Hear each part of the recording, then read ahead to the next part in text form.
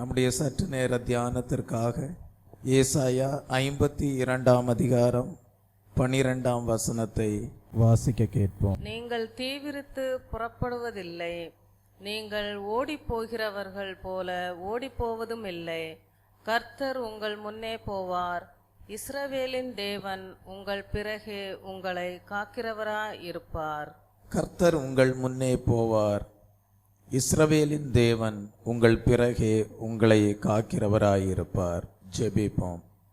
அன்பும் மகா கிருபையும் இரக்கமும் நிறைந்த நேசமுள்ள நல்ல தகப்பனே, இந்த புதிய ஆண்டின் முதல் நாளிலே நாங்கள் வாக்குத்தத்த செய்தியாக கேட்கும்படியாக நீர் எங்களுக்கு கொடுத்த சத்திய வசனத்திற்காக உமக்கு ஸ்தோத்திரம்.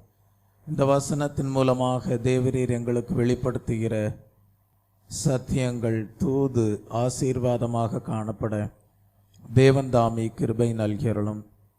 இயேசு கிறிஸ்துவின் இன்ப நாமத்தில் ஜெபிக்கிறேன் பிதாவே, ஆமென். கர்த்தருடைய நாமத்திற்கு மகிமை உண்டாவதாக. இந்த புதிய ஆண்டிலே கர்த்தர் மனதுருக்கத்தோடு சொல்லுகிற காரியம் என்ன?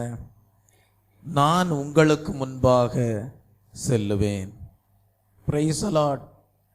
தெய்வப்பிள்ளை, புதிய ஆண்டிலே நாம் பலவிதமான சூழ்நிலைகளுக்குள்ளாக கடந்து செல்ல போகிறோம்.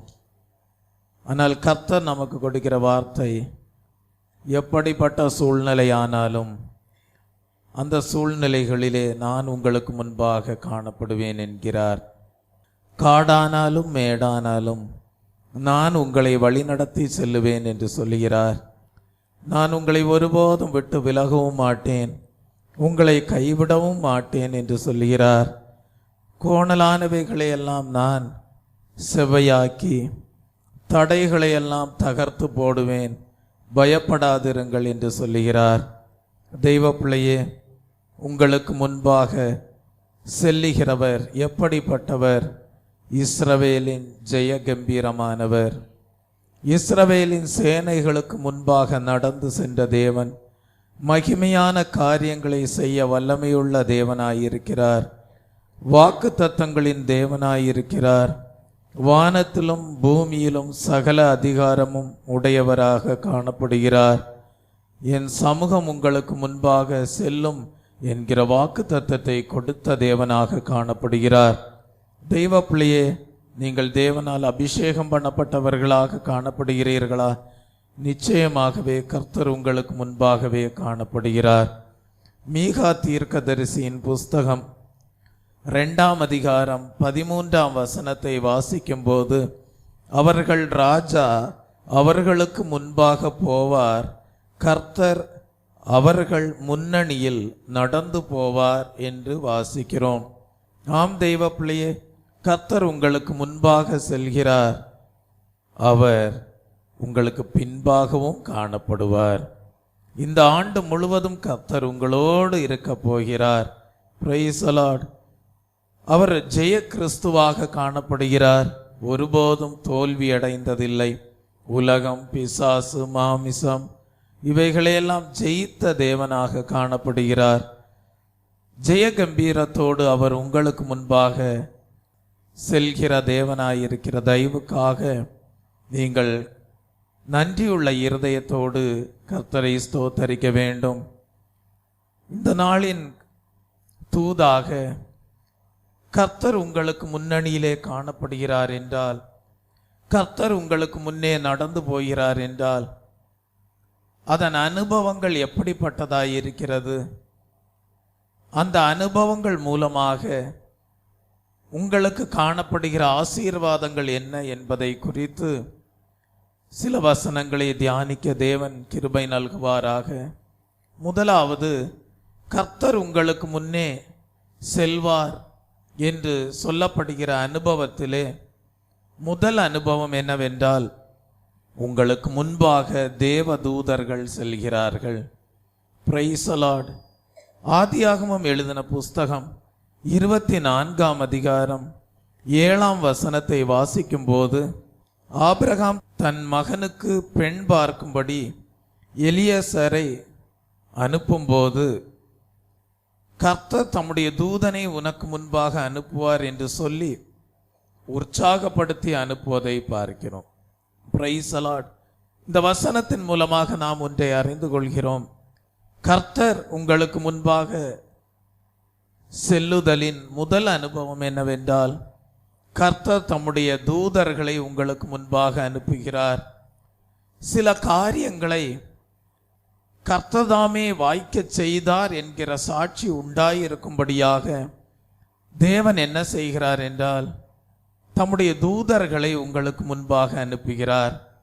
இந்த இடத்திலே திருஷ்டாந்தமாக நாம் காண்கிற ஒரு சத்தியம் என்னவென்றால், ஆபிரகாமுக்கு ஒரு பொறுப்புணர்வு உண்டாயிருந்தது. தன் மகன் ஈசாக்குக்கு ஒரு சரியான பெண்ணை தேர்ந்தெடுத்து நிச்சயித்து ஒரு திருமண வாழ்க்கையை ஒழுங்குபடுத்தி கொடுக்க வேண்டிய பொறுப்பு ஆபிரகாமுக்கு உண்டாயிருந்தது. அந்த பொறுப்பை நிறைவேற்றும் வண்ணமாக யாரை அனுப்பலாம் என்று யோசித்த வேளையிலே தன்னுடைய வீட்டிலே காரியஸ்தனாக காணப்பட்ட எலியாசரிடத்திலே ஆபிரகாம் ஒரு விண்ணப்பத்தை வைக்கிறார். என்னுடைய மகனுக்கு ஏற்ற ஒரு பெண்ணை பார்த்து நிச்சயிக்க வேண்டும், அதற்காக நான் உம்மை அனுப்புகிறேன் என்று சொல்லி ஆபிரகாம் எலியாசரை, தன்னுடைய வீட்டிலே காரியஸ்தனாயிருந்த எலியாசரை அனுப்புவதை பார்க்கிறோம். Praise the Lord. தெய்வ பிள்ளையை அப்படி அனுப்புகிற வேளையிலே என்ன சொல்லுகிறார் என்றால், கர்த்தர் தம்முடைய தூதனை உனக்கு முன்பாக அனுப்புவார் என்று உற்சாகப்படுத்தி அனுப்புவதை பார்க்கிறோம். தெய்வ பிள்ளையே, இதிலிருந்து நாம் அறிந்து கொள்ள வேண்டிய ஒரு சத்தியம் உண்டாயிருக்கிறது. அந்த சத்தியம் என்னவென்றால், நீங்கள் சில காரியங்களுக்காக முயற்சிகள் எடுக்கலாம், நீங்கள் சில காரியங்களுக்காக பிரயாசப்படலாம், ஆனால் அவைகளை கர்த்தரே இந்த காரியத்தை வாய்க்க பண்ணினார் என்கிற சாட்சி அந்த காரியத்திலே உண்டாயிருக்க வேண்டுமானால் கர்த்தர் தம்முடைய தூதனை அனுப்ப வேண்டியது மிகவும் அவசியமாயிருக்கிறது. Praise the Lord. இந்த புதிய ஆண்டிலே நீங்கள் எத்தனையோ காரியங்களை உங்கள் குடும்ப காரியங்களாக எடுத்து செய்ய வேண்டியது இருக்கலாம். அதற்கேற்ற பொறுப்பு உங்களுடைய கரத்திலே காணப்படுகிறது. உங்கள் தனிப்பட்ட ஜீவியத்திலே சில காரியங்களை நீங்கள் முயற்சிகளை மேற்கொள்ளலாம். ஆவிக்குரிய ஜீவியத்திலே நீங்கள் சில காரியங்களுக்காக பிரயாசப்படலாம். ஆனால் கர்த்தரே இந்த காரியங்களை வாய்க்க பண்ணினார் என்கிற சாட்சி உங்களுக்கு உண்டாயிருக்க வேண்டுமானால் கர்த்தர் தம்முடைய தூதர்களை உங்களுக்கு முன்பாக அனுப்ப வேண்டும். Praise the Lord. ஆகவே நீங்கள் இந்த புதிய ஆண்டிலே உங்களுடைய படிப்பின் காரியமாயிருக்கலாம், வேலை நிமித்தமாக உண்டாயிருக்கக்கூடிய காரியங்களாயிருக்கலாம், உங்களுடைய ஊழிய பாதையாயிருக்கலாம். ஆனால் நீங்கள் அப்படிப்பட்ட பொறுப்புகளை நிறைவேற்றும் வண்ணமாக முயற்சிகளை மேற்கொள்ளும் போது எப்படிப்பட்ட ஜெபத்தை செய்ய வேண்டும் என்றால், கர்த்தாவே, எங்களுக்கு முன்பாக நீர் செல்ல வேண்டும், நீர் உம்முடைய தூதர்களை எங்களுக்கு முன்பாக அனுப்பும், இந்த காரியம் கர்த்தராலேயே ஆனது, இந்த காரியத்தை கர்த்தரே வாய்க்க பண்ணினார் என்கிற நிச்சயம் எங்களுடைய ஜீவியத்திலே உண்டாகும்படியாக, தோல்வி இல்லை எனக்கு, தோல்வி இல்லை நமக்கு, வெற்றி பவனி செல்வோம்,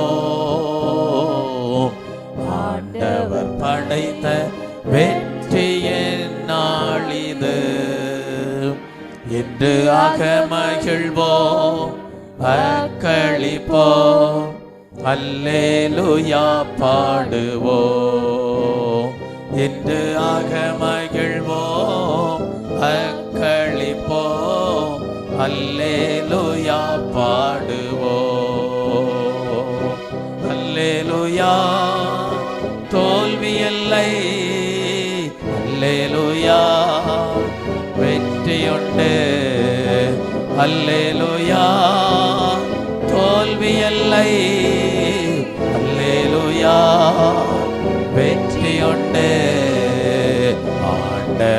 படைத்த வெற்றியின் நாளிது. இன்று அகமகிழ்வோம், அக்களிப்போம், அல்லேலூயா பாடுவோம். இன்று அகமகிழ்வோம், அக்களிப்போம், அல்லேலூயா பாடுவோம். தெய்வ பிள்ளையே, நிச்சயமாகவே ஒரு நல்ல ஜபத்தோடு நாங்கள் இன்னென்ன காரியங்களை முயற்சிக்கிறோம் கர்த்தாவே, நாங்கள் உம்மாலேயே அந்த காரியங்கள் நிறைவேறும்படியாக அனுப்பப்படுவதற்கு அடையாளமாக எங்களுக்கு முன்பாக உம்முடைய தூதர்களை அனுப்பும் என்று சொல்லி ஜபத்தோடு நீங்கள் கடந்து செல்வீர்களானால் அந்த காரியங்களை கர்த்தரே வாய்க்க பண்ணுவார். நீங்கள் கடந்து செல்கிற பாதையிலே உற்சாகத்தோடு காணப்படுவீர்கள். ஆதியாகமம் எழுதின புஸ்தகம் 24ஆம் அதிகாரம் 27 48 வசனத்தை வாசிக்கும் போது, எலியாசர் கர்த்தருக்கு நன்றி செலுத்தும் போது எப்படி நன்றி செலுத்துகிறார்? என் எஜமானாகிய ஆபிரகாமின் தேவனாயிருக்கிற கர்த்தருக்கு ஸ்தோத்திரம், அவர் தம்முடைய கிருபையையும் தம்முடைய உண்மையையும் என் எஜமானை விட்டு நீக்கவில்லை என்று சொல்லி கர்த்தரை தொழுது கொண்டார் என்று நாம் படிக்கிறோம். தெய்வ பிள்ளையே, இப்படி ஒரு நன்றியுள்ள இருதயம் எலியாசருக்கு காணப்படுவதற்கு காரணம் என்ன தெரியுமா? ஆபிரகாமுடைய வாக்கின்படியே தேவ தூதர்கள் எலியாசருக்கு முன்பாக காணப்பட்டார்கள். இந்த காரியம் கர்த்தரால் வந்தது என்று சொல்லப்படும்படியாக ரெபேக்காள், அதாவது பெண்ணின் தகப்பனாகிய பெத்துவேலும் பெண்ணின் சகோதரனாகிய லாபானும் என்ன சொன்னார்கள்? இந்த காரியம் கர்த்தரால் வந்தது என்று சொல்வதை பார்க்கிறோம். ஆம் தெய்வ பிள்ளைகளே, இந்த புதிய ஆண்டிலே நீங்கள் எடுத்துக்கொள்கிற எந்த பிரயாசங்களானாலும் உங்களுடைய சுய விருப்பத்தின்படி அல்ல, உங்களுடைய சுய வாஞ்சையின்படி அல்ல. எந்த காரியங்களானாலும், ஊழிய பாதைகளாயிருக்கலாம், திருமண காரியங்களாயிருக்கலாம், வேலை இல்லாத சூழ்நிலையிலே சரியான வேலை கிடைக்க வேண்டும் என்று பிரயாசத்தோடு சிலர் காணப்படலாம்.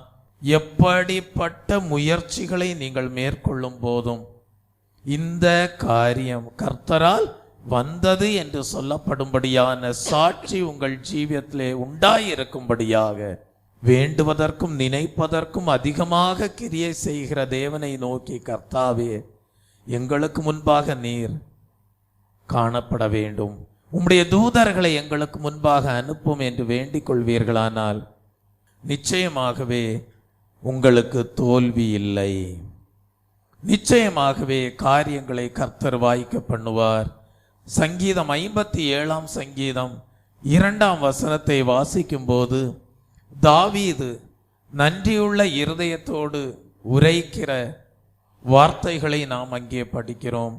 எனக்காக யாவையும் செய்து முடிக்கப் போகிற தேவனாகிய உன்னதமான தேவனை நோக்கி கூப்பிடுவேன் என்று சொல்வதை பார்க்கிறோம்.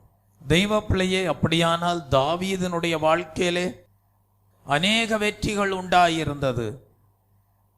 அந்த வெற்றிகளுக்கு காரணம் என்ன என்பதை தாவீது விளங்கி கொண்டிருந்தான். அவனுக்கு முன்பாக தேவனுடைய தூதர்கள் உண்டாயிருந்தார்கள்.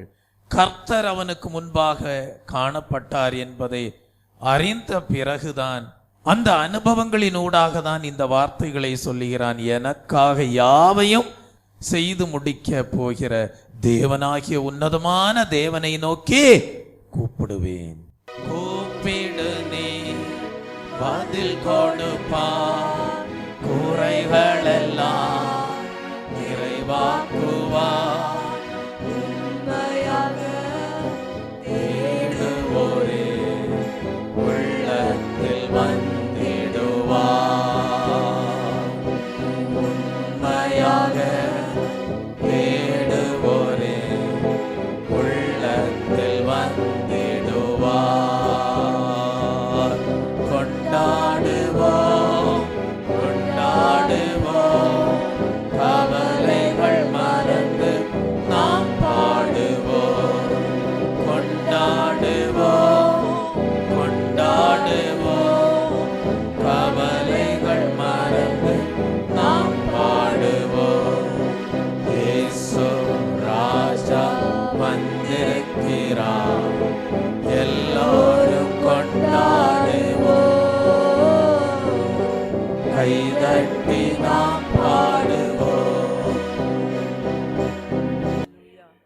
தாவீது சொல்லுகிறான், நான் கர்த்தரை நோக்கி கூப்பிடுவேன் என்று, என் தேவனை நோக்கி கூப்பிடுவேன் என்று சொல்லுகிறான்.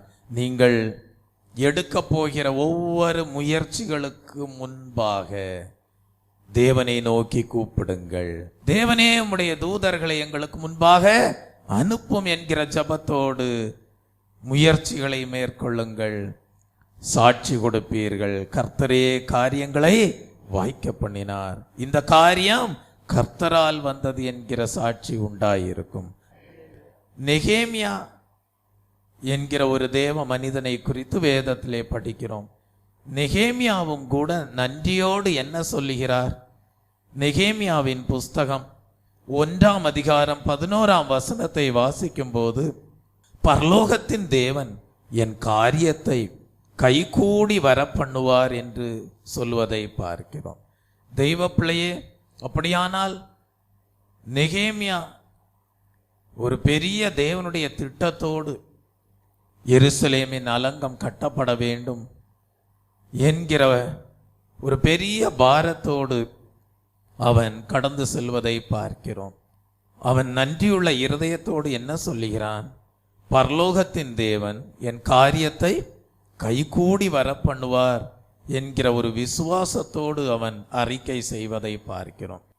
அப்படியானால் பரலோக தேவனிடத்திலே கோடான கோடி தேவனுடைய தூதர்கள் உண்டாயிருக்கிறார்கள் என்பதை அறிந்து கொண்டுதான் நான் துவங்குகிறேன். கர்த்தர் இந்த காரியத்தை வாய்க்க பண்ணுவார் என்கிற விசுவாசத்தோடு, நன்றியுள்ள இருதயத்தோடு, இந்த காரியத்தை கர்த்தர் தான் வாய்க்க பண்ண முடியும் என்கிற நம்பிக்கையோடு, நன்றியுள்ள இருதயத்தோடு அவன் இந்த வார்த்தைகளை சொல்வதை பார்க்கிறோம். தெய்வ பிள்ளையே, இவர்கள் எல்லாரும் தாங்கள் செய்த எல்லா காரியங்களையும் எப்படி செய்தார்கள் என்பதை நாம் சிந்திக்கும் போது தேவனுடைய சித்தத்தின்படியே செய்தார்கள். ஆகவேதான் அவர்களுடைய இருதயத்திலே தேவன் வாய்க்க பண்ணுவார், தேவனை நோக்கியே கூப்பிடுகிறேன் என்கிற வார்த்தைகள் அறிக்கையாக உண்டாயிருந்தது. காரணம், அது அவர்களுடைய சுய விருப்பம் அல்ல, தேவனுடைய குறிக்கோளாய் இருக்கிறது, தேவனுடைய சித்தமாய் இருக்கிறது. அதற்காக நான் நியமிக்கப்பட்டிருக்கிறேன், நான் அல்ல, தேவனே வாய்க்க பண்ணுவார். அவருடைய தேவ தூதர்கள் எங்களுக்கு முன்பாக இருக்கிறார்கள் என்கிற விசுவாசத்தோடு, நன்றியுள்ள இருதயத்தோடு அறிக்கை செய்யக்கூடியவர்களாய் இருந்தார்கள். ஆம் தெய்வ பிள்ளையே, புதிய ஆண்டிலே காணப்படுகிற தெய்வ ஜனங்களே, உங்களுக்கு பணிவிடை செய்யும்படியாக தேவன் தம்முடைய தூதர்களை வைத்திருக்கிறார். சங்கீதம் 91ஆம் சங்கீதம் 11, 12 வசனங்களை வாசிக்கும் போது, உன் வழிகளிலெல்லாம் உன்னை காக்கும்படிக்கு உனக்காக தம்முடைய தூதர்களுக்கு கட்டளையிடுவார், உன் பாதம் கல்லில் இடராதபடிக்கு அவர்கள் உன்னை தங்கள் கைகளில் ஏந்தி கொண்டு போவார்கள் என்று படிக்கிறோம். இப்படிப்பட்ட ஆசீர்வாதங்களை தேவன் உங்களுக்கு வைத்திருக்கிறார். தேவ தூதர்கள் மூலமாக உங்களை பாதுகாக்கக்கூடிய தேவனாக காணப்படுகிறார். எபிரேயருக்கு எழுதின புஸ்தகம் 1ஆம் அதிகாரம் 14ஆம் வசனத்தை வாசிக்கும் போது, இரட்சிப்பை சுதந்தரிக்க போகிறவர்களின் நிமித்தமாக ஊழியம் செய்யும்படிக்கு அவர்கள் எல்லாரும் அனுப்பப்படும் பணிவிடை ஆவிகளாயிருக்கிறார்கள் அல்லவா என்று படிக்கிறோம். ஆம் தெய்வ பிள்ளையே, நீங்கள் ரட்சிக்கப்படும் போது கிறிஸ்துவின் மகிமையான குடும்பத்திற்குள் வந்தடைகிறீர்கள். இந்த கிறிஸ்துவின் மகிமையான குடும்பத்திற்குள் அநேக கேருபீன்கள் உண்டு, அநேக சேராபீன்கள் உண்டு, அநேக பரிசுத்தவான்கள் உண்டு. தெய்வ பிள்ளையே, அந்த குடும்பத்திலே தேவ தூதர்களும் உண்டாயிருக்கிறார்கள். Praise the Lord. இந்த தேவ தூதர்கள் உங்களுக்கு உதவியாய் இருக்கிறார்கள். ஏனென்றால் நீங்கள் யாரெல்லாம் ரட்சிப்படைகிறார்களோ அவர்களை எல்லாரையும் இந்த தேவனுடைய குடும்பத்திற்குள்ளாக கொண்டு வந்து அவர்களுக்கென்று வைக்கப்பட்டிருக்கிற சுதந்திரத்தையும் அடையும்படியாக அவர்களுக்கு பணிவிடை செய்யக்கூடிய ஆவிகளாக இந்த தேவ தூதர்கள் காணப்படுகிறார்கள். ஆம் தெய்வ பிள்ளையே, இந்த வாக்கு தத்தத்தை தேவன் இந்த புதிய வருடத்திற்கு மட்டுமல்ல, இனி வரப்போகிற எல்லா நாட்களுக்கும் ஒரு ஆசீர்வாதத்தின் வார்த்தையாகவே கொடுக்கிறார். ஏசாயா தீர்க்கதரிசியின் புஸ்தகம் 52 அதிகாரம் 12 வசனத்தை வாசிக்கும் போது, கர்த்தர் உங்கள் முன்னே போவார், இஸ்ரவேலின் தேவன் உங்கள் பிறகே உங்களை காக்கிறவராயிருப்பார். ஆம், உங்களை காக்கிற தேவன் உறங்குவதும் இல்லை, தூங்குவதும் இல்லை. கர்த்தர் முதல் அனுபவமாக தான் உங்களுக்கு முன்பே இருக்கிறார் என்பதை எதன் மூலமாக விளங்கச் செய்கிறார் என்றால், தம்முடைய தூதர்களை உங்களுக்கு முன்பாக அனுப்பி காரியங்களை வாய்க்கச் செய்வதன் மூலமாக கர்த்தர்தாமே உங்களுக்கு முன்பாக இருக்கிறார் என்கிற அனுபவத்தை விளங்கிக் கொள்ள செய்கிறார். இரண்டாவதாக, கர்த்தர் உங்களுக்கு முன்னே போகிறார் என்பதை எதன் மூலமாக, எப்படிப்பட்ட அனுபவத்தின் மூலமாக அறிந்து கொள்ள செய்கிறார் என்றால், மேக ஸ்தம்பங்கள், அக்கினி ஸ்தம்பங்கள் உங்களுக்கு முன்பாக செல்லக்கூடியதாய் இருக்கிறது.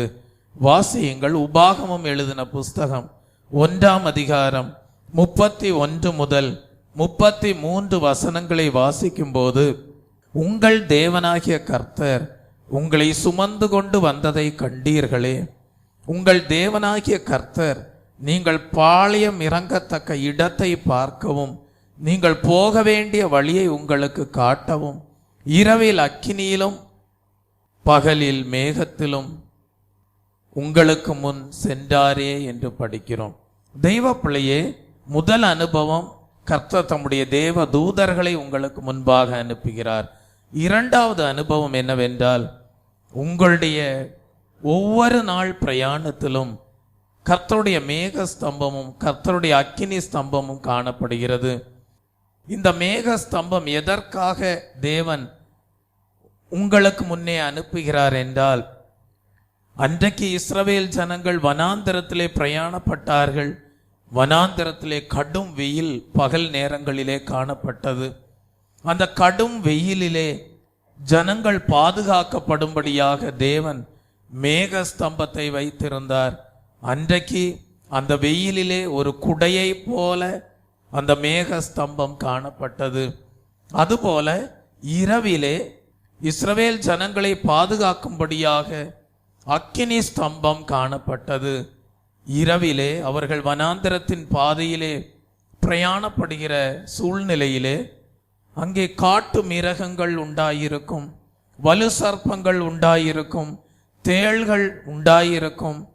இப்படிப்பட்ட கொடிய பிராணிகள், விலங்குகள், இவைகளின் நிமித்தமாக ஜனங்களுக்கு ஆபத்து வந்துவிடக்கூடாது என்று சொல்லி தேவன் என்ன செய்தார் என்றால், அக்கினி ஸ்தம்பத்தை இஸ்ரவேல் ஜனங்களுக்கு முன்பாக வைத்திருந்தார்.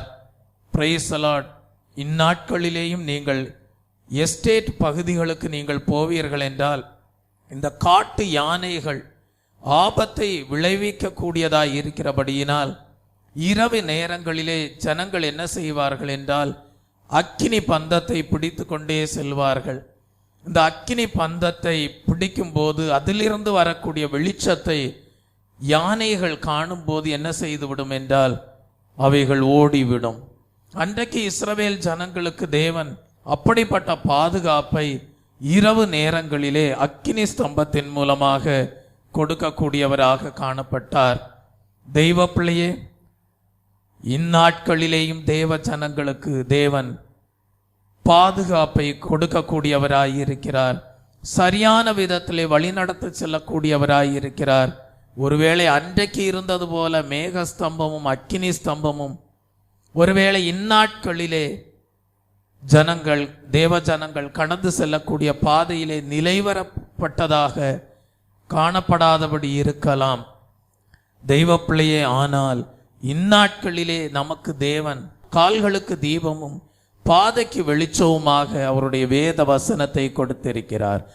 அது மாத்திரமல்ல, தேவன் தாமே அவருடைய பரிசுத்த ஆவியை நம்முடைய உள்ளங்களிலே கொடுத்து, எவர்கள் தேவனுடைய ஆவியானவராலே நடத்தப்படுகிறார்களோ அவர்கள் தேவனுடைய புத்திரராய் இருக்கிறார்கள் என்று சொல்லப்படும்படியாக நமக்குள்ளே பரிசுத்த ஆவியை கொடுத்து பரிசுத்த ஆவியானவராலே நடத்தப்படும்படியாக கர்த்தர் துணை நிற்கிறார். கர்த்தர் நமக்கு முன்னே போகிறார். தெய்வ பிள்ளையே, அன்றைக்கு இஸ்ரவேல் ஜனங்கள் எகிப்திலிருந்து கானானுக்கு நேராக பிரயாணப்படுகிற நாட்களிலே ஒவ்வொரு நாளும் எங்கே பாளையம் இறங்க வேண்டும், எங்கே அவர்கள் சற்று ஓய்வெடுக்க வேண்டும் என்பதையெல்லாம் நிர்ணயிக்கும்படியாக மேக ஸ்தம்பம் காணப்பட்டது, அக்கினி ஸ்தம்பம் காணப்பட்டது.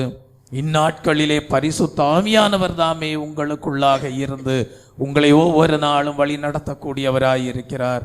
ஆகவேதான் வேதம் சொல்லுகிறது, சத்திய ஆவியாகி அவர் வரும்போது, அவர் உங்களுக்குள்ளே வரும்போது சகல சத்தியத்திற்குள்ளும் நடத்துவார். சத்திய ஆவியாகி அவர் உங்களுக்குள்ளே வரும்போது சகல சத்தியத்திற்குள்ளும் அவர் உங்களை வழி நடத்தக்கூடியவராயிருக்கிறார். தெய்வ பிள்ளையே, இன்றைக்கும் பிதாவாகிய தேவன் பரிசுத்த தேவனாயிருக்கிறார். ஆனால் மனிதனோ பாவ மனிதனாக காணப்படுகிறான். பரலோக பிதா பரிசுத்த தேவனாயிருக்கிறார். மனிதனோ நியாய தீர்ப்புக்கு பயந்து போய், பாவத்தினால் உண்டாகக்கூடிய நியாய தீர்ப்புக்கு பயந்து போய் காணப்படுகிறான். ஆனால் பரிசுத்த தேவனுக்கும் பாவமுள்ள மனிதனுக்கும் இடையே மத்தியஸ்தராக இன்றைக்கு ஆண்டவராகிய இயேசு கிறிஸ்து மனிதனின் மீது வரவேண்டிய நியாய தீர்ப்பை வராதபடி தம்மீது ஏற்றுக்கொண்டு இன்றைக்கும் நமக்காக மத்தியஸ்தராயிருந்து மனிதனுக்காக பரிந்து பேசி கொண்டிருக்கிறார். Praise the Lord. ஆகவேதான் தெய்வ பிள்ளையே, இன்றைக்கும் இயேசு கிறிஸ்து மத்தியஸ்தராயிருக்கிறபடியால் மனிதன் என்ன செய்ய வேண்டும்? தன் வழியை கர்த்தருக்கு ஒப்புவித்து அவர் மேல் நம்பிக்கையாயிருக்க வேண்டும், சாட்சி உண்டாயிருக்க வேண்டும். கர்த்தரே காரியங்களை வாய்க்க பண்ணினார். Praise the Lord. அன்றைக்கு இஸ்ரவேல் ஜனங்களோடு காணப்பட்ட மேக ஸ்தம்பமும் அக்கினி ஸ்தம்பமும் இன்றைக்கும் தேவ ஜனங்களுக்கு முன்பாக காணப்படுகிறது. வேத வசனம் தேவ ஜனங்களுக்கு கொடுக்கப்பட்டிருக்கிறது. பரிசுத்த ஆவியானவர் தேவ ஜனங்களுக்காக கொடுக்கப்பட்டிருக்கிறார். ஸ்தோத்திரம். உபாகமம் எழுதின புஸ்தகம் 1ஆம் அதிகாரம் 32ஆம் வசனத்தை வாசிக்கும் போது, உங்கள் தேவனாகிய கர்த்தர் நீங்கள் பாளையம் இறங்குகிற இடத்தை காண்பிக்கவும் நீங்கள் போக வேண்டிய இடத்திற்கு வழிகாட்டவும் இரவில் அக்கினியாய் உங்களுக்கு முன் சென்றாரே என்று படிக்கிறோம். ஆம் தெய்வ பிள்ளையே, இதை தன்னுடைய மனதிலே ஒரு காட்சியாக கொண்டு வந்துதான் சங்கீதக்காரன் சொல்லுகிறான். சங்கீதம் 68ஆம் சங்கீதம் 7ம் 8ம் வசனங்களை வாசிக்கும் போது, தேவனே, நீர் உம்முடைய ஜனங்களுக்கு முன்னே சென்று அவாந்தர வெளியிலே நடந்து வருகையில் பூமி அதிர்ந்தது. தேவனாகிய உமக்கு முன்பாக வானமும் பொழிந்தது. இஸ்ரவேலின் தேவனாயிருக்கிற தேவனுக்கு முன்பாகவே இந்த சீனாய் மலையும் அசைந்தது என்று சொல்வதை பார்க்கிறோம். மேக ஸ்தம்பமும் அக்கினி ஸ்தம்பமும் முன் சென்றதால் இஸ்ரவேல் ஜனங்கள் பாலும் தேனும் ஓடுகிற கானான் தேசத்தை சுதந்திரமாக அடைந்தார்கள். இதை குறித்து சங்கீதக்காரன் சொல்லும்போது என்ன சொல்லுகிறான்? சங்கீதம் 16ஆம் சங்கீதம் 6ம் 7ம் வசனங்களை வாசிக்கும் போது, நேர்த்தியான இடங்களில் எனக்கு பங்கு கிடைத்தது. ஆம், சிறப்பான சுதந்திரம் எனக்கு உண்டு. எனக்கு ஆலோசனை தந்த கர்த்தரை துதிப்பேன். ராக்காலங்களிலும் என் உள்ளிந்திரங்கள் என்னை உணர்த்தும் என்று சொல்லுகிறான். நீங்கள் கர்த்தரால் வழி நடத்தப்படும் போது, கர்த்தருடைய தேவ தூதர்கள் எனக்கு முன்பாக இருக்கிறார்கள் என்கிற அனுபவத்தோடு ஒவ்வொரு நாளும் பிரயாணப்படும் போது, தெய்வ பிள்ளைய கர்த்தருடைய மேக ஸ்தம்பம் அக்கினி ஸ்தம்பம் எனக்கு முன்பாக காணப்படுகிறது. அவருடைய வேத வசனம் தெய்வீக வெளிச்சமாயிருக்கிறது. பரிசுத்த ஆவியானவர் என்னை வழிநடத்தி செல்கிறார் என்கிற நிர்ணயத்தோடு ஒவ்வொரு காரியங்களையும் நீங்கள் செய்யும் போது நீங்களும் இலக்கை அடைவீர்கள். சிறப்பான சுதந்திரம் எனக்கு உண்டாயிருந்தது என்று சாட்சி கொடுப்பீர்கள். உங்கள் சுதந்திரத்தை நீங்கள் இழந்து போக மாட்டீர்கள். உங்களுக்காக தேவன் வைத்திருக்கிற பங்கை நீங்கள் இழந்து போக மாட்டீர்கள். நீங்கள் அடைய வேண்டிய இலக்கை நீங்கள் அடையாமற் போவதில்லை. நிச்சயமாகவே உங்களுடைய இலக்கை நீங்கள் அடைவீர்கள். உங்களுக்காக வைக்கப்பட்டிருக்கிற சுதந்திரத்திலே நீங்கள் சென்றடைவீர்கள். உங்களுக்காக வைக்கப்பட்டிருக்கிற நன்மையை நீங்கள் பெற்றுக்கொள்வீர்கள், திசை மாறி போக மாட்டீர்கள். Praise the Lord. மூன்றாவதாக, கர்த்தர் உங்கள் முன்னே கடந்து செல்கிறார் என்பதை எப்படிப்பட்ட அனுபவத்தின் மூலமாக நீங்கள் அறிந்து கொள்ளலாம் என்றால், கர்த்தருடைய சமூகம் உங்களுக்கு முன்பாக செல்கிறது. யாத்ராகமம் எழுதின புஸ்தகம் 33ஆம் அதிகாரம் 14ஆம் வசனத்தை வாசிக்கும் போது, என் சமூகம் உனக்கு முன்பாக செல்லும், நான் உனக்கு இளைப்பாறுதல் தருவேன் என்று சொல்வதை பார்க்கிறோம். தெய்வ பிள்ளையே, நீங்கள் ஒவ்வொரு நாளும் எப்படிப்பட்ட முயற்சிகளை மேற்கொண்டாலும், கர்த்தாவே உம்முடைய சமூகத்தையே நான் சார்ந்து கொள்ளும்படியாக செய்யும் என்று வேண்டுதலோடு கர்த்தருடைய பிரசன்னத்தை, கர்த்தருடைய சமூகத்தை பாதுகாத்து கொண்டு, உம்முடைய சமூகம் இனிமையானது, உம்முடைய சமூகம் ஆறுதலானது, உம்முடைய சமூகத்தையே நான் சார்ந்திருக்கிறேன் என்று சொல்லி, அந்த தேவ சமூகத்தை சார்ந்து கொண்டே ஒவ்வொரு நாளும் நீங்கள் காரியங்களை செய்யும் போது நிச்சயமாகவே உங்களுடைய காரியங்களை கர்த்தர் வாய்க்க பண்ணுவார். மோசே என்கிற தேவ பக்தன் எப்படி ஜெபம் பண்ணினார் என்று நாம் வேதத்திலே படிக்கிறோம். யாத்ராகமம் எழுதின புஸ்தகம் 33ஆம் அதிகாரம் 15ஆம் வசனத்தை வாசிக்கும் போது, ஆண்டவரே உமது சமூகம் என்னோட கூட செல்லாமற் போனால் எங்களை இவ்விடத்திலிருந்து கொண்டு போகாதிரும் என்று வேண்டிக் கொள்வதை பார்க்கிறோம். யார் கர்த்தருடைய சமூகத்தை சார்ந்து இருக்கிறார்களோ அவர்கள் விசேஷமானவர்கள். யார் கர்த்தருடைய சமூகத்தை சார்ந்து இருக்கிறார்களோ அவர்கள் மேன்மையானவர்கள். யார் கர்த்தருடைய சமூகத்தை சார்ந்து இருக்கிறார்களோ அவர்கள் பாக்கியவான்கள். தெய்வ பிள்ளையே, கர்த்தருடைய சமூகத்தை நீங்கள் சார்ந்திருப்பீர்களானால் எந்த தீய சக்தியும் உங்களை அணுகவே முடியாது.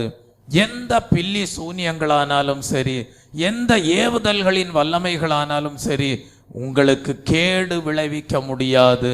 தெய்வ பிள்ளையே, இந்த உலகத்தின் வழியாக நாம் ஒரே ஒரு முறைதான் பிரயாணப்பட போகிறோம். இந்த பிரயாணத்திலே நீங்கள் நல்ல ஒரு சாட்சியுள்ள அடிச்சுவடுகளை வைத்து செல்ல வேண்டுமானால் கர்த்தருடைய சமூகத்தை சார்ந்து கொள்ளுங்கள்.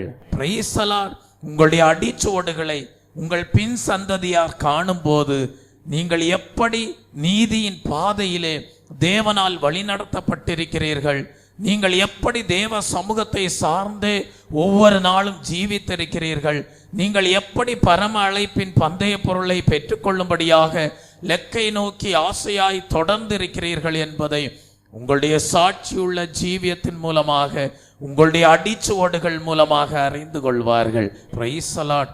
நான்காவதாக, கர்த்தர் உங்களுக்கு முன்பே செல்கிறார் என்பதை எப்படிப்பட்ட அனுபவத்தின் மூலமாக அறிந்து கொள்ளலாம்? ஜெயத்தின் கர்த்தர் தாமே உங்களுக்கு முன்பாக செல்வார். எதற்காக? உங்களுக்கு வெற்றியை கொடுக்கும்படியாக. வாசியுங்கள். உபாகமம் எழுதின புஸ்தகம் 31ஆம் அதிகாரம் 3ஆம் வசனத்தை வாசிக்கும் போது, உன் தேவனாகிய கர்த்தர் தாமே உனக்கு முன்பாக கடந்து போவார், அவரே உனக்கு முன்னின்று அந்த தேசத்தாரை அழிப்பார், நீ அவர்கள் தேசத்தை சுதந்தரிப்பாய், கர்த்தர் சொன்னபடியே யோசுவா உனக்கு முன்பாக கடந்து போவான் என்று சொல்வதை பார்க்கிறோம். தெய்வ பிள்ளையே, இந்த வசனத்திலே கர்த்தர் கொடுக்கிற வாக்கு தத்துவம் என்ன? நான் தானே உங்களுக்கு முன்பாக செல்வேன். எதற்காக? வெற்றியை கொடுக்கும்படியாக. தெய்வ பிள்ளையே, ஒன்றை அறிந்து கொள்ளுங்கள். இஸ்ரவேல் ஜனங்கள் அவர்கள் அந்த கானான் தேசத்திற்குள் இளைப்பாறுதல் உள்ள ஜீவியம் செய்யும்படியாக அவர்கள் அநேக ராஜாக்களோடு யுத்தம் பண்ணி ஜெயிக்க வேண்டிய சந்தர்ப்பங்கள் உண்டாயிருந்தது. வேதத்தை படிக்கும்போது 7 ஜாதிகளும் 31 ராஜாக்களும் அந்த கானான் தேசத்திற்குள்ளாக காணப்பட்டார்கள். அவர்களோடு யுத்தம் பண்ணி ஜெயித்த பிறகுதான் அவர்கள் அந்த தேசத்திலே சுதந்திரத்தை பெற்றுக்கொண்டவர்களாக, இளைப்பாறுதல் உள்ளவர்களாக இருக்க வேண்டும். தெய்வ பிள்ளையே, இந்த 7 ஜாதிகளையும் 31 ராஜாக்களையும் எதிர்கொண்டு யுத்தம் பண்ணி வெற்றி சிறக்க வேண்டுமானால் அவர்களுக்கு முன்பாக கர்த்தர் காணப்பட வேண்டும். Praise the Lord.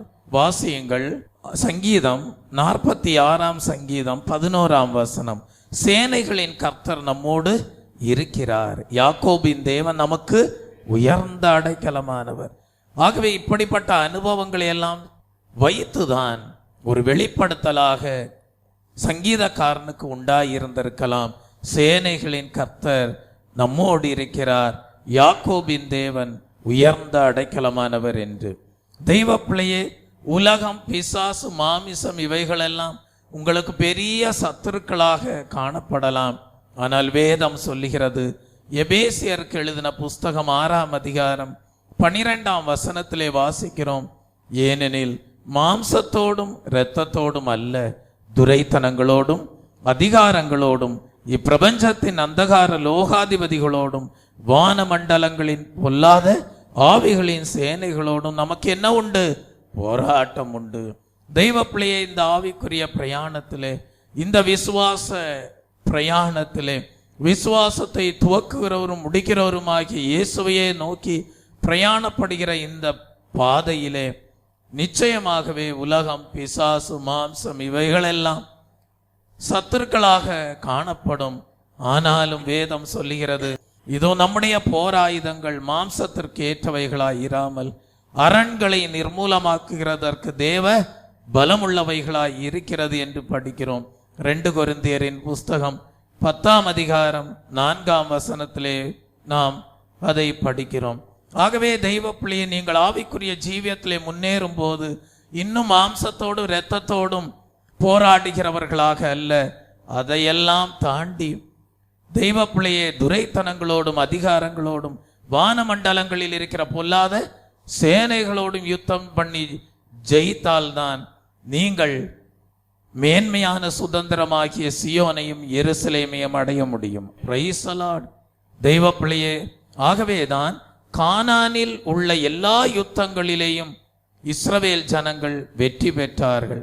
7 ஜாதிகளையும் 31 ராஜாக்களையும் முறியடித்தார்கள். கர்த்தர் வாக்குத்தத்தம் பண்ணின பாலும் தேனும் ஓடுகிற தேசத்தை அவர்கள் சுதந்தரித்து கொண்டார்கள். அந்த தேவன் இந்த நாளிலே உங்களுக்கு ஒரு வாக்குத்தத்தத்தை கொடுக்கிறார். ஜெயத்தின் கர்த்தர் உங்களுக்கு முன்பாக செல்கிறார். எதற்காக? உங்களுடைய இந்த ஜீவிய யாத்திரையிலே நீங்கள் சென்று சேர வேண்டிய இலக்கை அடையும்படியாக. ஒருவேளை பரலோக ராஜ்யத்தின் மேன்மையான சுதந்திரத்தை அடைவதே உங்கள் இலக்காக, தரிசனமாக இருக்கலாம். அதற்கு விரோதமாக உங்களுக்கு உலகம், பிசாசு, மாம்சம் போராட்டங்களை கொண்டு வரக்கூடிய சத்துருக்களாக காணப்படலாம். ஆனால் இந்த புதிய ஆண்டிலே தேவாவியானவர் உங்களோடு இடைபடுகிறார். இதோ ஜெயத்தின் கர்த்தர் உங்களுக்கு முன்பாக செல்கிறார். உங்களுக்கு விரோதமாக எழும்புகிற எந்த ஆயுதமும் வாய்க்காதே போகும். Praise the Lord. 5வதாக, தெய்வ பிள்ளையே, கர்த்தர் உங்களுக்கு முன்பே செல்கிறார் என்று சொல்லப்படுதலின் 5வது அனுபவம் என்ன? தெய்வ பிள்ளையே, கர்த்தர் உங்கள் தடைகளை எல்லாம் நீக்கி போடும்படியாக உங்களுக்கு முன்னே செல்கிறார். தெய்வ பிள்ளையே, வாசியுங்கள் மீகா தீர்க்கதரிசியின் புஸ்தகம் 2 வாசிக்கும் போது, தடைகளை நீக்கி போடுகிறவர் அவர்களுக்கு முன்பாக நடந்து போகிறார். அவர்கள் தடைகளை நீக்கி வாசலால் உட்பிரவேசித்து கடந்து போவார்கள். அவர்கள் ராஜா அவர்களுக்கு முன்பாக போவார். கர்த்தர் அவர்கள் முன்னணியிலே நடந்து போவார் என்று பார்க்கிறோம். வாழ்க்கையிலே பலவிதமான தடைகள் உண்டாவதை நீங்கள் அறிந்திருப்பீர்கள். அநேகர் ஜெபிக்க சொல்வது உண்டு. சிலர் இப்படியாக ஜெபிக்க சொல்லி இருக்கிறார்கள், பாஸ்டர், நான் என் மகளுக்கு ஒரு நல்ல திருமணத்தை செய்து வைக்கணும்னு நான் பிரயாசப்பட்டேன். ஆனா நிச்சயதார்த்தம் எல்லாம் பண்ணிடலான்னு சொல்லி முடிவெடுக்கக்கூடிய நேரத்தில் தடை உண்டாகிவிட்டது. என் மகளுக்கு நிச்சயதார்த்தம் நடக்கவில்லை. சரி, திருமணம் தான் நடக்கவில்லை, ஒரு வீட்டையாவது கட்டலாம் என்று சொல்லி ஒரு வீடு கட்டும்படியாக பிரயாசப்பட்டோம். ஆனால் வீடு கட்ட ஆரம்பித்த போது அதையும் எங்களால் என்ன செய்ய முடியவில்லை, கட்டி முடிக்கவில்லை. ஒரு நல்ல வேலை செய்யலாம் என்று சொல்லி பிரயாசப்பட்டோம். வேலை நிமித்தமாக ஆசீர்வாதங்களும் உண்டாயிருக்கவில்லை. எந்த ஒரு காரியங்களை எடுத்துக்கொண்டாலும் எங்களுடைய ஜீவியத்தில் என்ன உண்டாகிறது? தடைகள் உண்டாகிறது. தெய்வ பிள்ளையே, ஜெபியுங்கள் என்று சொல்வதுண்டு. நம்ம என்ன சொல்லுவோம்? தடைகளை அகற்றுகிற தேவன் உங்களுக்கு முன்பாக செல்கிறார். இந்த வாக்குத்தத்தங்களை சொல்லி குடும்பமாக இருந்து ஜெபியுங்கள்.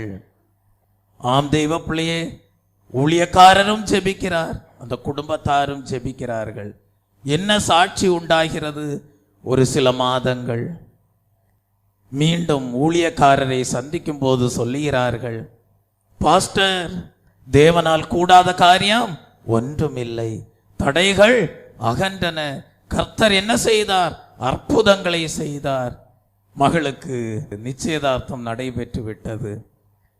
கட்டி முடிக்க முடியாது இருந்த வீட்டை கட்டி முடிக்க கர்த்தர் கிருபை செய்தார். கைகளின் பிரயாசங்கள் ஆசீர்வதிக்கப்பட்டது, பாக்கியமும் நன்மையும் உண்டானது என்று சொல்லி சாட்சி கொடுக்கிறார்கள். காரணம் என்ன?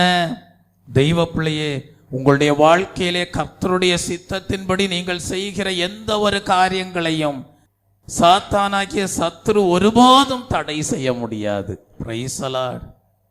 ஏனென்றால் கர்த்தர் தடைகளை நீக்கி போடக்கூடியவராக உங்களுக்கு முன்பே நடந்து போகிறார். Praise the Lord. பொதுவாக தேவ பிள்ளைகள் கேள்வி கேட்பது உண்டு, எங்கள் வாழ்க்கையிலே ஏன் இப்படிப்பட்ட தடைகள் உண்டானது என்று சொல்லி. தடைகள் யாரால் வருகிறது? தெய்வ பிள்ளையே, அதற்கு ஒரு காரணம், சாத்தான் என்ன செய்கிறான் என்றால் தடைகளை உண்டு பண்ணக்கூடியவனாக காணப்படுகிறான். வாசியுங்கள். தேவ மனிதனாகிய பரிசுத்த பவுல் தானே அதை 1 தெசலோனிக்கேயரின் புஸ்தகம் 2ஆம் அதிகாரம் 18ஆம் வசனத்திலே இதோ சொல்லுவதை நாம் படிக்கிறோம். சாத்தானோ எங்களை தடை பண்ணினான் என்று அங்கே குறிப்பிடுவதை பார்க்கிறோம். மட்டுமல்ல, ரோமருக்கு எழுதின புஸ்தகம் 15ஆம் அதிகாரம் 22ஆம் வசனத்திலே நாம் படிக்கிறோம், அநேகம் தரம் தடை பட்டேன் என்று சொல்வதை படிக்கிறோம். ரோமர் 1:13 படிக்கிறோம், இதுவரைக்கும் எனக்கு தடை உண்டாயிற்று என்பதாக அங்கே பரிசுத்த பவுல் குறிப்பிடுகிறார். அப்படியானால் தேவனுடைய பிள்ளைகளுக்கு சாத்தான் சத்துருவாகவே இருக்கிறான். ஆகவேதான் சாத்தான் தேவ பிள்ளைகளுக்கு விரோதமாக என்ன செய்கிறான் என்றால் எழும்பி அவர்களுக்கு வரவேண்டிய ஆசீர்வாதங்களை தடை பண்ணுகிறான். ஆனால் தேவ ஜனங்கள் இதை அறியாமல் இருக்கும்படி சாத்தான் என்ன செய்கிறான்? கிரியை செய்கிறான். மனிதர்கள்தான் தடை உண்டாக்குகிறார்கள் என்கிற தோற்றத்தை தேவ ஜனங்கள் அறிந்து கொள்ளும்படியாக செய்கிறான். ஆனால் மனிதர்கள் அல்ல, அவர்களுக்கு பின்பாக சாத்தான் மறைந்திருந்து கிரியை செய்து தேவ ஜனங்களுடைய ஆசீர்வாதங்களை தடை செய்யக்கூடியவனாய் இருக்கிறான் என்பதை அறியாதிருக்கும் வண்ணமாக அவன் என்ன செய்கிறான் என்றால் கிரியை செய்யக்கூடியவனாய் இருக்கிறான். அப்படி கிரியை செய்யும் போது என்ன செய்கிறான்? தேவ ஜனங்கள் அநேக மனிதர்களை பகைத்து ஜீவிக்கும்படியாக அவன் செய்து என்ன செய்கிறான் என்றால் தேவ ஜனங்களை தனிமைப்படுத்தக்கூடியவனாக காண செய்கிறான். ஆனால் தேவ ஜனங்கள் சரியாகவே மனிதர்கள் அல்ல சத்ரு.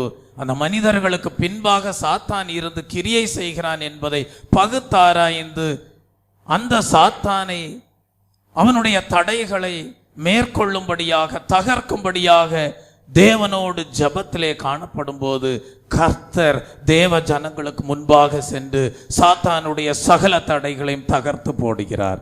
Praise the Lord. தெய்வ பிள்ளையை கர்த்தர் தடைகளை தகர்க்கக்கூடியவராக நீக்கக்கூடியவராகவே தான் காணப்படுகிறார். ஆகவே தடைகளை உண்டு பண்ணுகிற சத்துருவை எதிர்த்து நீங்கள் ஜெபிக்கும் போது கர்த்தர் தடைகளை நீக்கி காரியங்களை வாய்க்க செய்வார். வாக்கு தத்தத்தை சொல்லி விசுவாசத்தோடு ஜெபிக்கும் போது நீங்கள் அற்புதத்தை காண்பீர்கள். Praise the Lord. தெய்வ பிள்ளையே, சாத்தான் இப்படியாக தேவ ஜனங்களுக்கு விரோதமாக தேவ ஜனங்கள் ஆசீர்வாதத்தை பெற்றுக்கொள்ளக்கூடாது என்று தடைகளை உண்டாக்கும் போது கர்த்தர் என்ன செய்கிறார்? தடைகளை நீக்கக்கூடியவராய் இருக்கிறார். வாசியுங்கள். மீகா தீர்க்கதரிசியின் புஸ்தகம் 2ஆம் அதிகாரம் 13ஆம் வசனத்திலே நாம் என்ன படிக்கிறோம்? கர்த்தருக்கு கொடுக்கப்பட்ட ஒரு பெயர் தடைகளை நீக்கி போடுகிறவர் என்பதுதான்.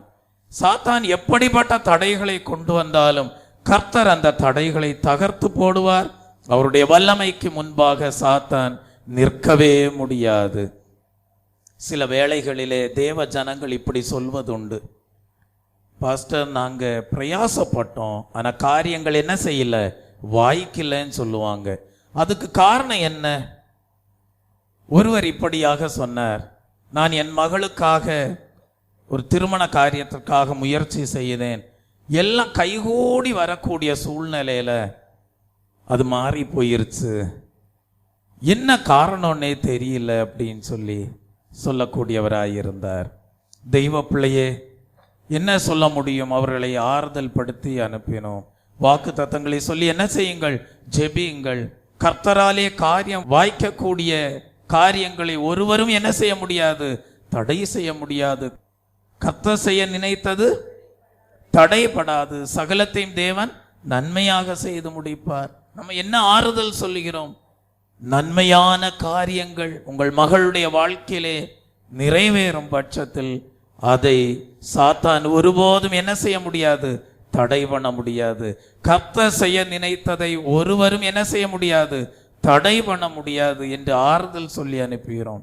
பின்பு கடந்து வரும்போது என்ன சொல்லுகிறார்?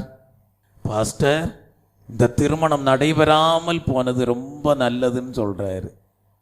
ஏங்க அப்படின்னு ஆச்சரியத்தோட கேட்கும்போது என்ன சொல்றாரு? இல்லை, என்னுடைய ஒரு உறவினர் சொன்னாரு, அந்த பையன் சரியில்லாத பையன், நல்ல வேளைக்கு உங்க மகளுக்கு அந்த பையனை என்ன செய்யல, கல்யாணம் பண்ணி கொடுக்கல. கல்யாணம் பண்ணி கொடுத்துருந்தேங்கன்னா உங்க மகளுடைய வாழ்க்கை என்னவாய் போயிருக்கும்? நாசமா போயிருந்திருக்கும் அப்படின்ட்டு.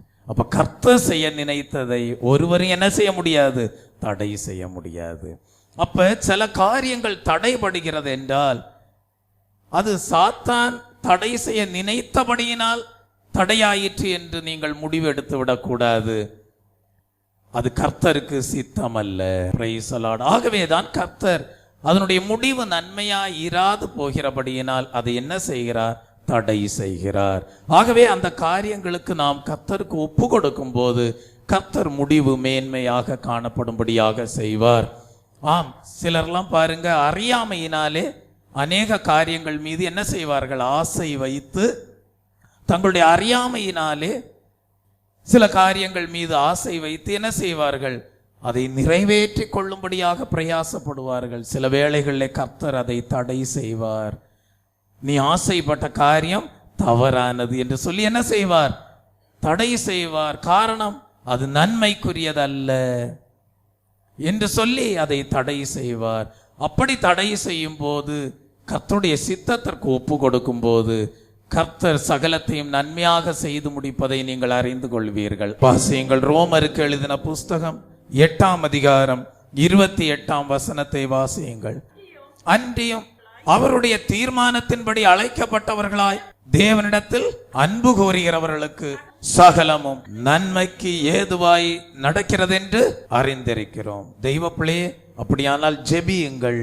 எப்படி ஜெபியுங்கள்? கர்த்தாவே, இந்த காரியத்திற்காக முயற்சி செய்கிறேன், உமக்கு சித்தமானால் இதை வாய்க்க பண்ணும், உமக்கு சித்தம் இல்லை என்றால் தடை பண்ணும். Praise the Lord.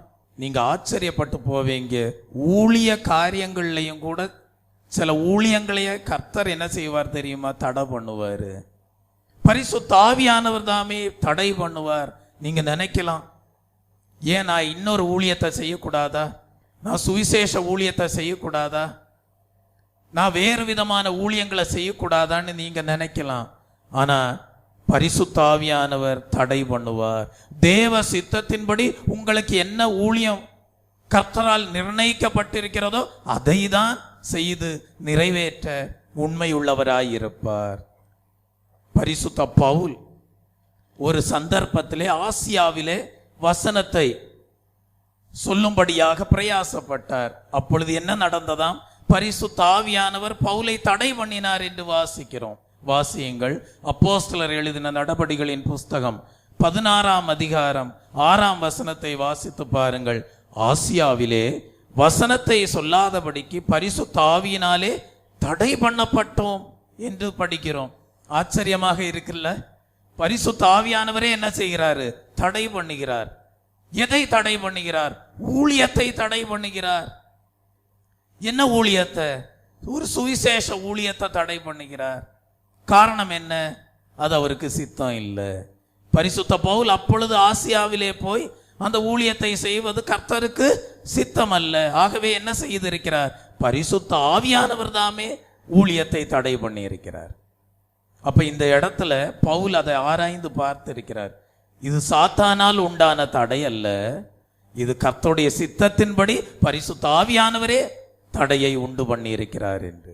ஆகவே தெய்வ பிள்ளையே, உங்களுடைய குடும்ப வாழ்க்கையா இருக்கலாம், உங்களுடைய ஊழிய பாதையா இருக்கலாம், உங்களுடைய வேலை ஸ்தலமா இருக்கலாம், சில இடங்கள்ல கர்த்தர் சில காரியங்கள்ல தடை விதிக்கிறார் என்றால், கர்த்தாவே உம்முடைய சித்தத்தின்படியே ஆக கடவது என்று ஒப்பு கொடுக்கும் போது கர்த்தர் உங்களுடைய ஜீவியத்திலே அவருடைய சித்தத்தின்படி செய்கிற காரியங்கள் எல்லாம் நன்மைக்குரியதாய் இருக்கும். Praise the Lord. ஆகவே எனக்கு ஒரு ஊழியம் கொடுக்கப்பட்டிருக்கிறது, நான் இன்னொருவர் செய்கிற ஊழியத்தை பார்த்து அப்படிப்பட்ட ஊழியத்தை தான் நானும் செய்ய வேண்டும் என்று நான் என்ன செய்ய வேண்டியதில்லை? எண்ண வேண்டியதில்லை. அப்படி நான் எண்ணுவேனானால் ஒருவேளை பரிசுத்த ஆவியானவர் என்ன செய்வார்? தடை செய்வார். காரணம் என்ன? மகனே, உன்னுடைய அழைப்பு வேறு, உன்னுடைய தரிசனம் வேறு, உனக்கு நியமித்திருக்கிற லெக்கு வேறு. ஆகவே தேவ சித்தத்திற்கு ஒப்புக்கொடு என்று சொல்லும் போது, ஒப்பு கொடுக்கும் போது அநேக ஊழியங்கள் எனக்கு தடை பண்ணப்பட்டதாய் இருந்தாலும் எனக்கு கொடுக்கப்பட்டிருக்கிற ஊழியத்தை செய்து அவருடைய சித்தத்தை செய்து நிறைவேற்றக்கூடியவனாக காணப்படுவேன். Praise the Lord. ஏசாயா தீர்க்கதரிசியின் புஸ்தகம் 43ஆம் அதிகாரம் 13ஆம் வசனத்திலே நாம் படிக்கிறோம், நான் செய்கிறதை தடுப்பவன் யார் என்று கர்த்தர் கேட்கிறார். தெய்வ பிள்ளையே, கர்த்தர் ஒரு காரியத்தை செய்து நிறைவேற்ற வேண்டும் என்று நிர்ணயித்து விட்டால் அதை ஒரு மனிதனும் என்ன செய்ய முடியாது? தடை செய்யவே முடியாது. சாத்தான் தடையை உண்டு பண்ணலாம், ஆனால் தடையை அகற்றுகிறவர் நம் தேவனாய் இருக்கிறார். அப்படி ஒருவேளை தடை அகற்றப்படவில்லையா? தேவ சித்தம் அல்ல. Praise the Lord. ஆகவேதான் இங்கே படிக்கிறோம், நான் செய்கிறதை தடுப்பவன் யார் என்று கர்த்தர் கேட்கிறார். அப்ப கர்த்தர் செய்ய நினைத்ததை ஒருத்தர் என்ன செய்ய முடியாது?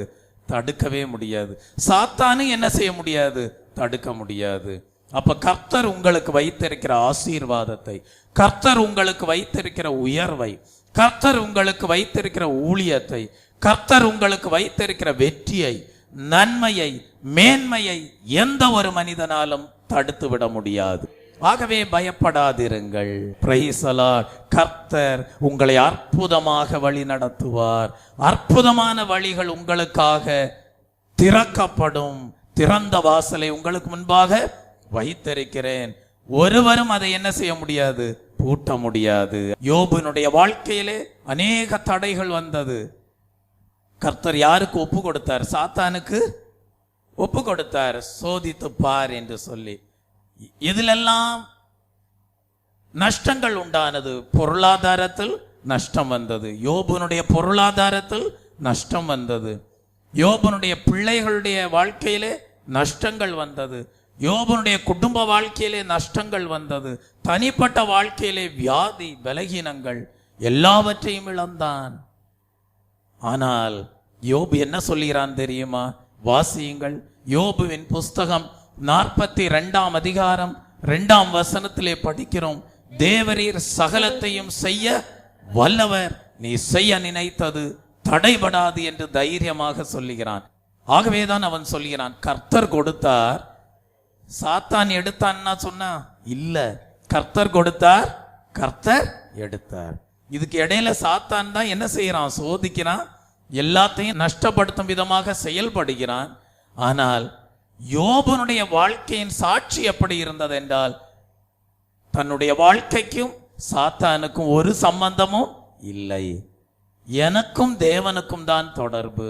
கர்த்தர் கொடுத்தார், கர்த்தர் முடிவெடுக்காமல் ஒருவரும் நஷ்டப்படுத்த முடியாது என்கிற நிச்சயத்தோடு சொல்லுகிறான். கர்த்தர் கொடுத்தார், கர்த்தர் எடுத்தார் என்று சொல்லி என்ன செய்தான்? கர்த்தருக்கு ஸ்தோத்திரம். நன்மையான ஈவுகளும் பூர்ணமான வரங்களும் பரத்திலிருந்து வரக்கூடியதாய் இருக்கிறது. தெய்வ பிள்ளை ஆகவேதான் அவன் இழந்து போனவைகளை எல்லாம் இரட்டத்தனையாக பெற்றுக்கொண்டான். Praise the Lord. பிள்ளைகள் மட்டும்தான் இழந்து போன பிள்ளைகளை பெற்றுக்கொண்டான். மீதி எல்லாவற்றையும் எப்படி பெற்றுக்கொண்டான்? இரட்டிப்பாக பெற்றுக்கொண்டான். ஆகவே தெய்வ பிள்ளையே, பொருளாதார தடைகள் உண்டாகிறதா? ஆசீர்வாத குறைச்சல் உண்டாகிறதா? உங்களுடைய குடும்பத்திலே வறட்சிகள் உண்டாகிறதா? கொஞ்ச காலம் இயேசுவுக்காக கஷ்டப்பாடு சகிப்பதினால், கொஞ்ச காலம் இயேசுவுக்காக கஷ்டப்பாடு சகிப்பதினால், இன்னல் துன்பம் இன்பமாய் மாறும். இயேசுவை நான் காணும் போது இன்னல் துன்பம் இன்பமாய் மாறும். இயேசுவை நான் காணும் போது. கொஞ்ச காலம் இயேசுவுக்காக கஷ்டப்பாடு சகிப்பதினால் உங்கள் துக்கம் சந்தோஷமாய் மாறும். அதிசீக்கிரத்தில் நீங்கிவிடும் இந்த லேசான உபத்திரவம். இன்று காணும் எகிப்தியனை இனி ஒருபோதும் நீ காண மாட்டாய். வாக்கு தத்தங்கள் உண்டாய் இருக்கிறது. தேவன் சகலத்தையும் செய்ய வல்லவராய் இருக்கிறார். உங்களுக்கு தேவன் கொடுக்க வேண்டும் என்று நிச்சயித்திருக்கிற ஆசீர்வாதத்தை ஒருவரும் என்ன செய்ய முடியாது? தடை செய்யவே முடியாது. புதிய ஆண்டிலே கர்த்தர் அப்படியே உங்களை ஆசீர்வதிக்கும்படியாக கிருபை நல்குவாராக. ஒரு முறை எகிப்திலிருந்து இஸ்ரவேல் ஜனங்கள் கானானுக்கு நேராக பிரயாணப்படணும்.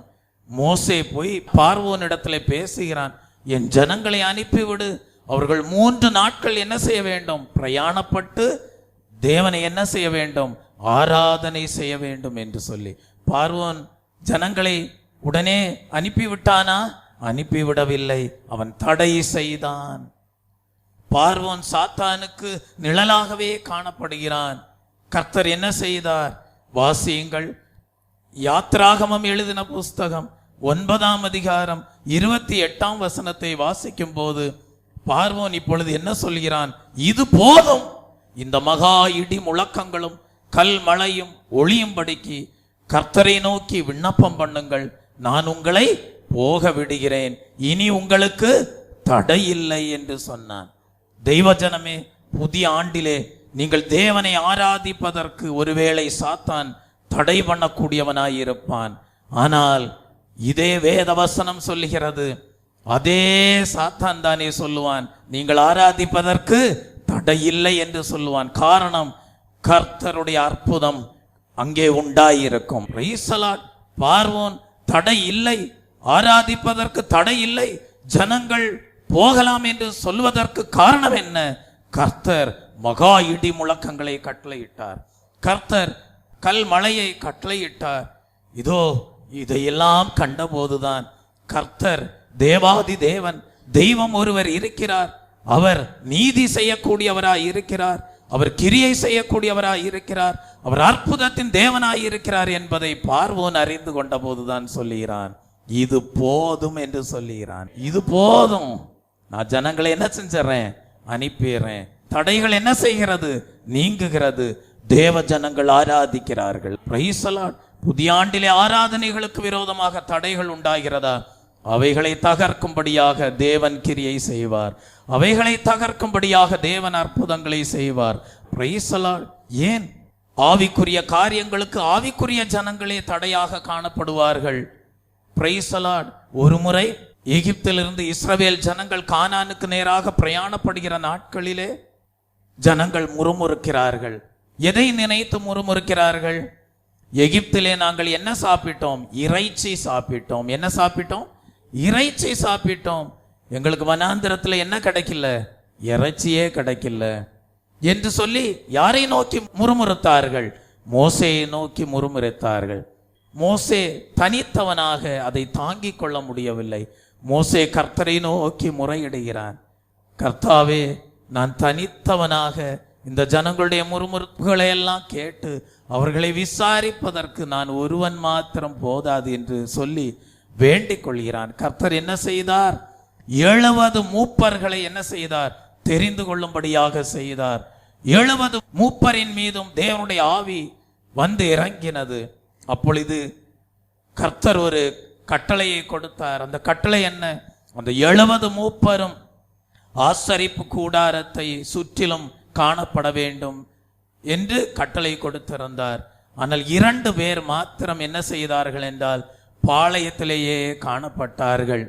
ஆகவே இப்பொழுது யோசுவா என்ன சொல்லுகிறான் என்றால், இது மோசேயின் இடத்துல வந்து சொல்லுகிறான், 2 பேர் மாத்திரம் பாளையத்தில் இருந்து கொண்டு தீர்க்க தரிசனம் உரைத்து கொண்டிருக்கிறார்கள், அதை நிறுத்தும் என்று சொல்லி மோசே இடத்திலே சொல்லும் போது மோசே சொல்லுகிறான், அந்த 2 பேர் மாத்திரமல்ல, எல்லாருமே தீர்க்க தரிசனம் சொன்னால் அது நலமானது என்று சொல்லுகிறான். அன்றைக்கு 2 பேர் தீர்க்க தரிசனம் சொன்ன போது தேவனுடைய ஜனத்திற்குட்பட்ட யோசுவா தானே மோசே இடத்திலே வந்து முறையிடுகிறான்.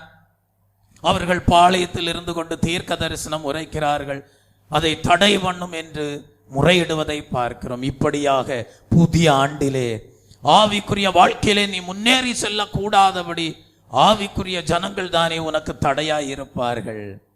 ஆனால் கர்த்தர் சொல்லுகிறார், அந்த தடைகளை மாற்றும்படியாக உனக்கு முன்பாக தேவன் உண்டாயிருக்கிறார். Praise the Lord.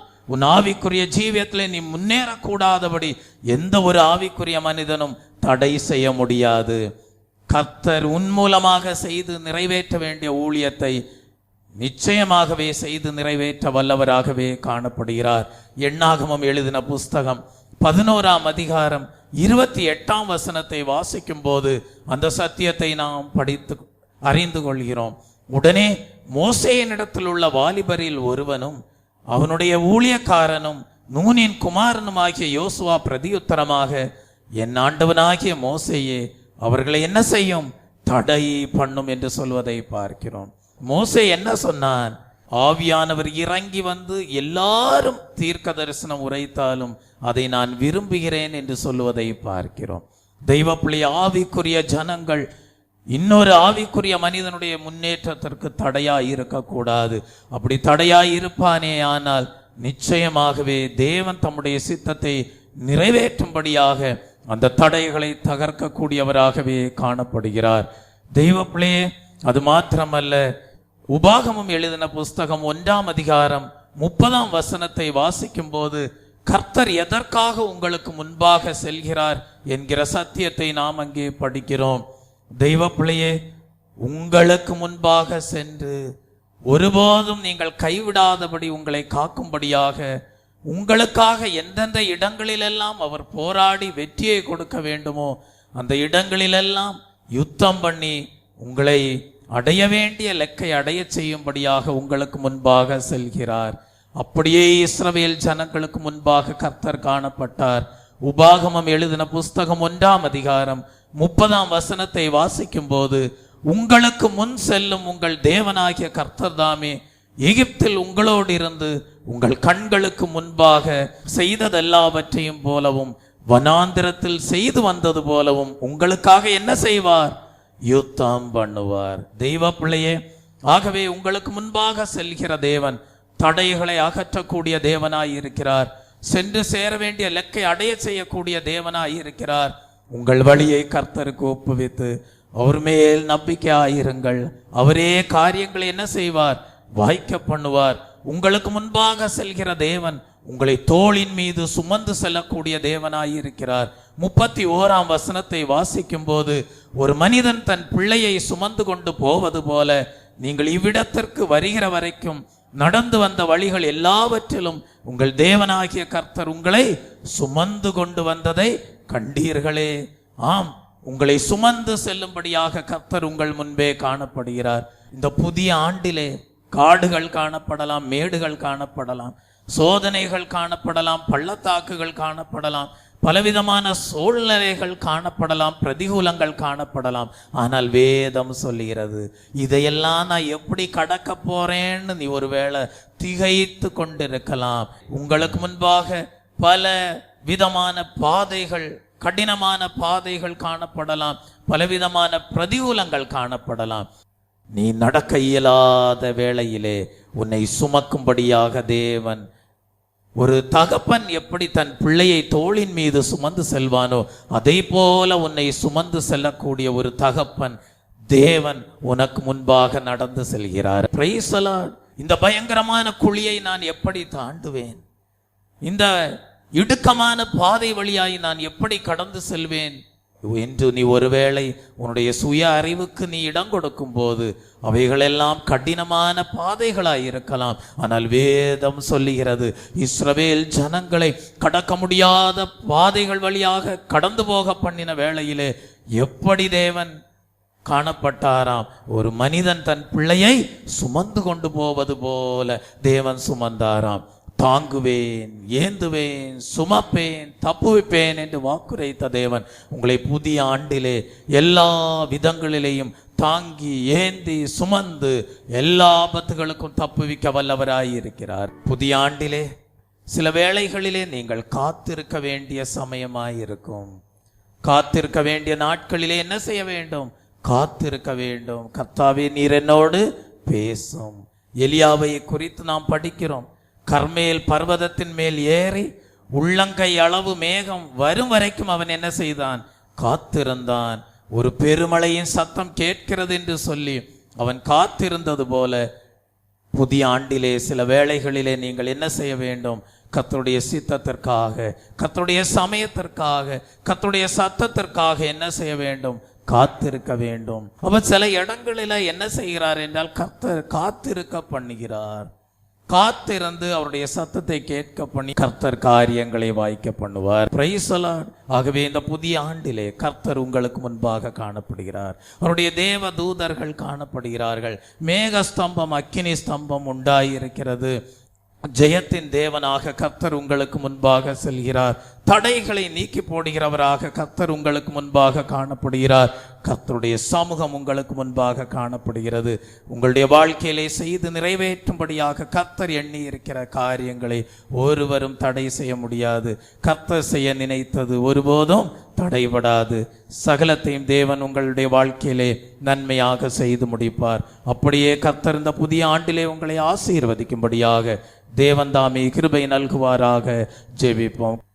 இரக்கமும் கிருபையுமுள்ள பிதாவே, இந்த வருஷத்தின் முதல் நாளுக்காக நன்றியோடு நாங்கள் உம்மை ஸ்தோத்திரிக்கிறோம். கர்த்தாவே, ஆண்டவரே, உம்மை ஒன்று கூடி ஆராதிக்க, உம்மை துதிக்க, ஆண்டவரே, உம்மை மகிமைப்படுத்த கர்த்தர் கொடுத்த தருணத்திற்காக நாங்கள் நன்றி செலுத்துகிறோம். கர்த்தாவே, இப்பொழுதுமாய் நாங்கள் கேட்ட சத்தியத்தின்படி கர்த்தர் ஆண்டவரே தூதர்களை அனுப்பி காரியங்களை நீர் வாய்க்க செய்கிற தேவனாய் இருக்கிறபடியால் உம்மை நன்றியோடு உம்மை ஸ்தோத்திரிக்கிறோம். மேகஸ்தம்பங்கள், அக்னி ஸ்தம்பங்கள் மூலமாய் ஆண்டவரே நீர் எங்களை நடத்த நீ போதுமானவராய் இருக்கிறபடியால் உம்மை ஸ்தோத்திரிக்கிறோம். கர்த்தாவே, சத்திய ஆவியாகிய பரிசுத்த ஆவியானவர் வரும்பொழுது கர்த்தாவே ஆண்டவரே சத்தியத்திற்கு ஏற்ற வண்ணமாய் நாங்கள் நடத்தப்படுகிற கிருபைக்காக நாங்கள் உம்மை நன்றி செலுத்துகிறோம். கர்த்தாவே, கர்த்தருடைய சமூகத்தை சார்ந்திருக்கிறவர்கள் பாக்கியவான்கள் என்று நாங்கள் ஆண்டவரே அறிந்து கொள்ளும்படியாய் கர்த்தர் கொடுத்த தருணத்திற்காக நன்றி செலுத்துகிறோம். உம்முடைய சித்தத்தின்படி ஒப்பு கொடுக்கும் பொழுது கர்த்தர் சகலத்தை நன்மையாக நீ செய்து முடிக்கிறீர். நீ செய்ய நினைத்த காரியம் ஒன்றும் தடைபடாது. கர்த்தாவே, ஆண்டவரே இசப்பா, உமக்கு பிரியமில்லாத வழிகளிலே நாங்கள் நடக்கும் பொழுது அதை தடுத்து நிறுத்தவும் நீ செய்கிறீர். ஆண்டவரே இசப்பா, நீர் பேசின ஆண்டவரே தெள்ள தெளிவான வார்த்தைகளுக்காக நாங்கள் நன்றி செலுத்துகிறோம். கர்த்தாவே, ஆண்டவரே நீ ஜெய கிறிஸ்துவா எங்களுக்கு முன்பாக சென்று தடைகளை நீர் அப்புறப்படுத்துகிற தெய்வம். கர்த்தாவே, ஆண்டவரே ஆவிக்குரிய காரியங்களை நாங்கள் தடை செய்கிறவர்களாக காணப்பட வேண்டாம். ஆண்டவரே, துதிகன மகிமை எல்லாவற்றையும் இது கரத்தில் ஒப்புக் கொடுக்கிறோம். இயேசுவின் மூலமாய் கேட்கும் ஜீவனுள்ள பிதாவே, ஆமென். என் ஆத்துமாவே கர்த்தரை ஸ்தோத்திரி, என் முழு உள்ளமே அவருடைய பரிசுத்த நாமத்தை ஸ்தோத்திரி. என் ஆத்துமாவே கர்த்தரை ஸ்தோத்திரி, அவர் செய்த சகல உபகாரங்களையும் மறவாதே. ஆமேன். நம்முடைய கர்த்தராகிய இயேசு கிறிஸ்துவுடைய கிருபையும் பிதாவாகிய தேவனுடைய அன்பும் பரிசுத்த ஆவியானவருடைய அன்யோன்ய ஐக்கியமும் இன்றும் என்று சதா காலங்களிலும் நம் அனைவரோடும் நம்முடைய குடும்பங்களோடும் சபையாரோடும் இருப்பதாக. ஆமென். அவசட்டையின் கீழடை கலம் புகவே தம் சிறகுகளால் மூடுவார்.